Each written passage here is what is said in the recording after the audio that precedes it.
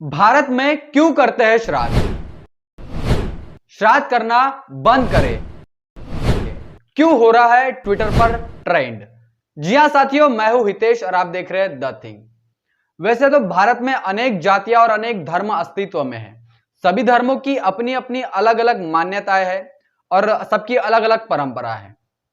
आज हम बात करने वाले हैं एक ऐसे ही परंपरा के बारे में जो हजारों वर्षों से इस देश में चली आ रही है।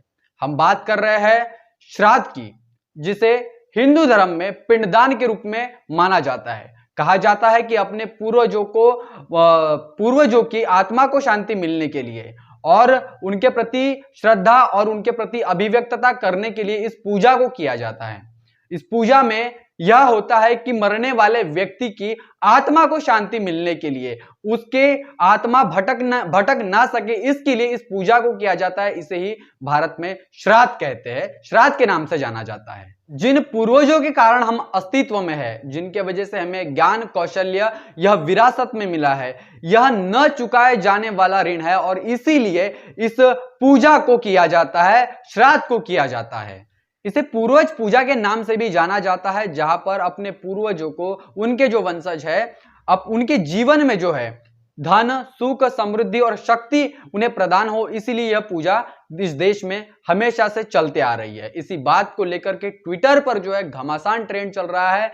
3,76,000 के लगभग इसके ऊपर ट्रेंड है और ट्रेंडिंग में यह है कि श्राद्ध करना बंद करो। इस पूजा में अग्नि देवता से यह प्रार्थना की जाती है कि उनके पूर्वजों के आत्मा को शांति मिले, उनकी आत्मा कहीं भटक ना सके। और इस बात को लेकर के कौवे को जो है पिंडदान किया जाता है, कौवे को खाना खिलाया जाता है। और इसी बात को लेकर के इस बात का विरोध जो है, इस बात का विरोध सोशल मीडिया पर, खास करके ट्विटर पर इसके ऊपर बहुत घमासान ट्रेंड चल रहा है। कबीर दास जी कहते हैं कि जीवित बाप के लट्ठम लट्ठा, मुए गए पचाइया, अब आवे आसोच का महीना, फिर कौवे को बाप बनैया।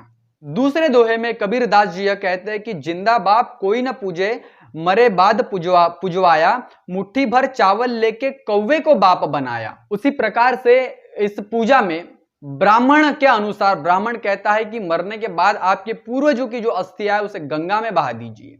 और हर वर्ष श्राद्ध के नाम पर, पाखंडवाद के नाम पर पूजा पाठ कीजिए। उसके बाद में कौवे को बाप बनाकर कौवे को खाना खिलाइए।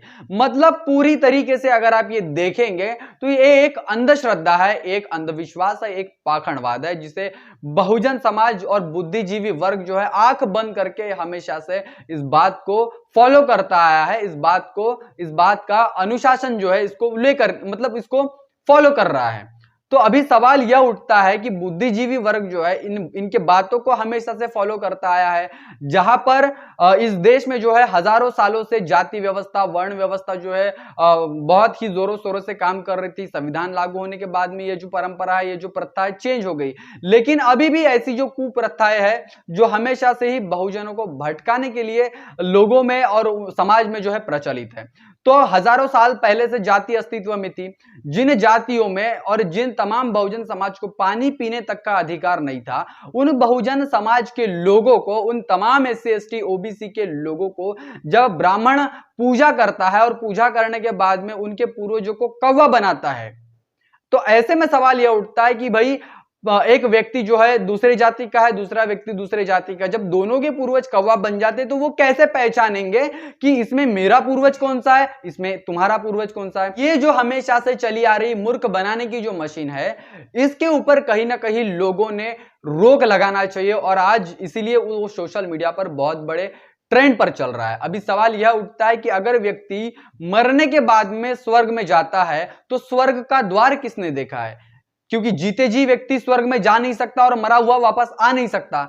तो कम से कम बहुजन समाज ने इस षड्यंत्र को समझना चाहिए, जिससे हजारों वर्षों से ये जो प्रथा है, परंपरा है, इसके ऊपर कहीं ना कहीं ब्रेक लगना चाहिए, कहीं ना कहीं इसके ऊपर रोक लगना चाहिए। हम बात करते हैं देश विदेशों की, तो वहां पर जो है विदेशों के लोग रिसर्च कर रहे हैं कि चांद पर कैसे जाए और चांद पर जाने के बाद में वहां पर खेती कैसे करें। लोग मंगल ग्रह पर जाने की बात करते हैं और इतना ही नहीं, तो वहां पर रहने के लिए वो जो है पानी की खोज कर रहे हैं। और भारत में जो है कौवे को बाप बना करके स्वर्ग में भेजा जा रहा है। तो भाई वो अजीब बकलोली है, अजीब ये नाटक है। मतलब क्या लॉजिक लगाया जाए इसके पीछे, वाह भाई, मान गए गुरु।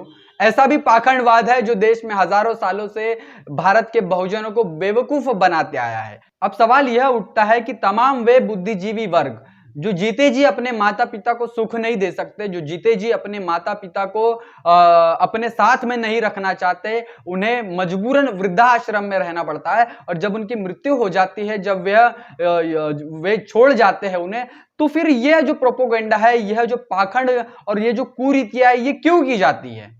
अगर आप जीते जी अपने माता पिता को सुख नहीं दे सकते तो मरने के बाद यह नाटक करना कहीं ना कहीं एक बहुत बड़ी शर्मनाक बात है, जहां पर इसके ऊपर ब्राह्मणों ने बहुत बड़ा कब्जा करके रखा है, जहां पर ब्राह्मण लोगों का इसके ऊपर पेट चलता है। और इसीलिए आप जब उनको फॉलो करते हैं, आप जब उनको बकरियों की तरह, भेड़चाल की तरह फॉलो करते हैं, तो तमाम बुद्धिजीवी वर्गों से यह निवेदन है कि इसके पीछे क्या हिस्ट्री है, इसके पीछे का इतिहास क्या है, यह आप जाने, यह आप पहचाने।